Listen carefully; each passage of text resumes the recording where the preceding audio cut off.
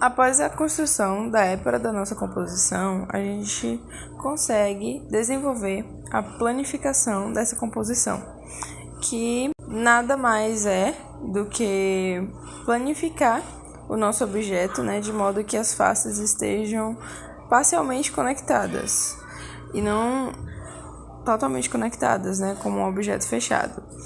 E aí a gente passa a representá-lo, né, na planificação com todas as faces planificadas. Então, com o auxílio da épora, é importante, né, a gente manter, né, a escala. A gente usou a escala na épora de 1 para 100. Então, a gente mantém essa escala na planificação e aí, dessa forma, a gente consegue pegar as medidas da nossa composição diretamente da épora para efetuar, né, a planificação.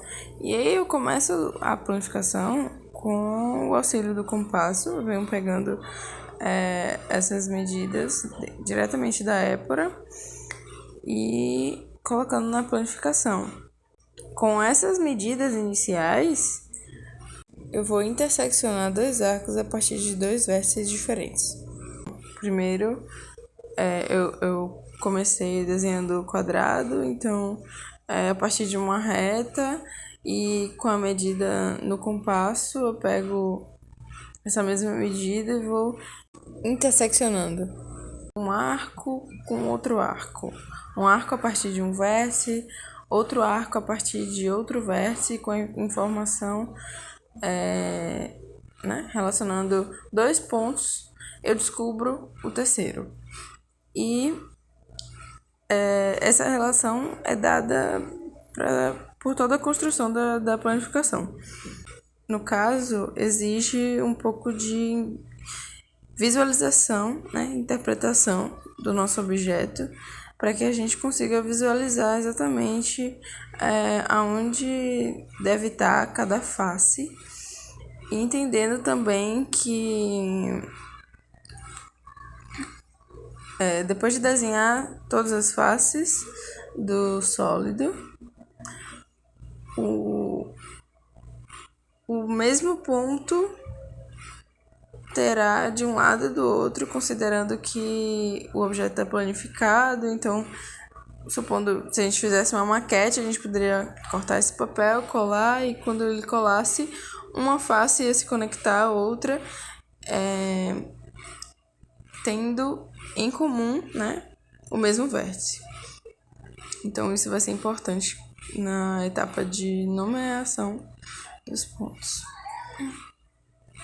A gente começou planificando o sólido 1 e depois representando o corte do plano de nível que a gente viu na épora em 3,5.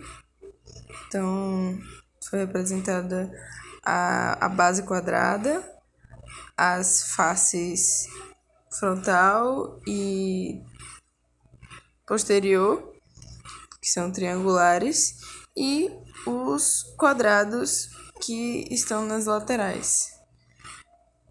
Depois de cortado, né, na cota 3,5, a gente adquire uma nova base, que, como a gente viu na épora, no enunciado da épora, né, essa base ela será comum ao sólido 1 e ao sólido 2, já que o sólido 2, que está sendo planificado agora, ele será também cortado na cota 3,5, né? E por isso, a estratégia, né, dada para a construção dessa planificação foi construir o sólido 1, depois construir essa base que está em comum entre o sólido 1 e o sólido 2, e a partir dessa base desenvolver o sólido 2 e depois representar o corte nela, como está sendo feito agora.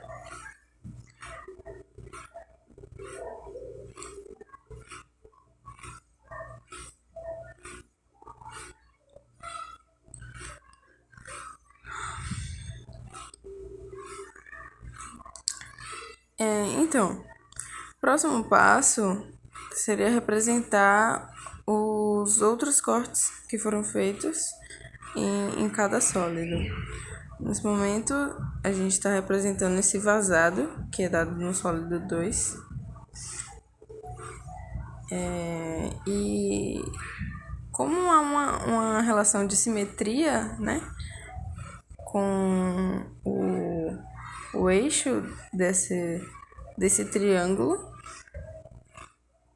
para ser dado, né, esse vazado, né, as medidas elas são simétricas, então com o auxílio do compasso e a partir do eixo de simetria nesse triângulo foi só traçar a mesma medida de um lado e do outro, depois linhas de chamada e traçar a altura desse vazado.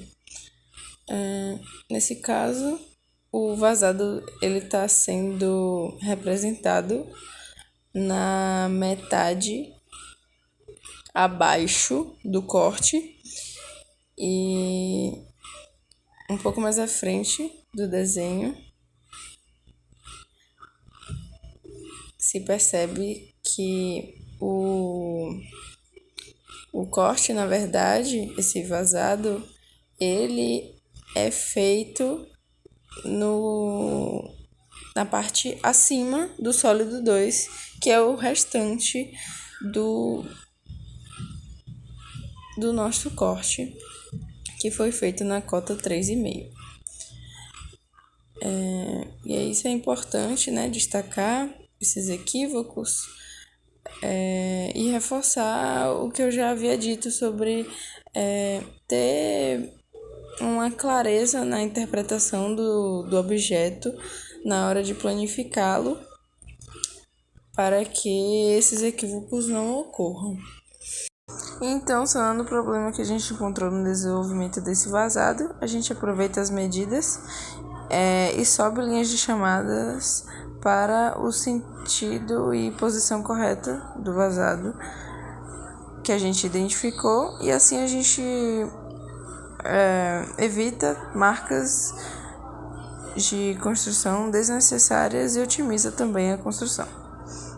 Agora há pouco eu clareei as linhas que pertenciam ao sólido antes do corte, tendo como parte resultante do corte a parte abaixo do corte no sólido 1 e a parte acima do corte no sólido 2.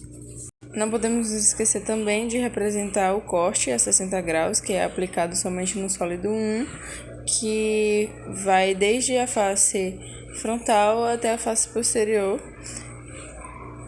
E para finalizar, é importante que a gente nomeie corretamente os pontos e destaque parte do objeto que foi resultante dos cortes.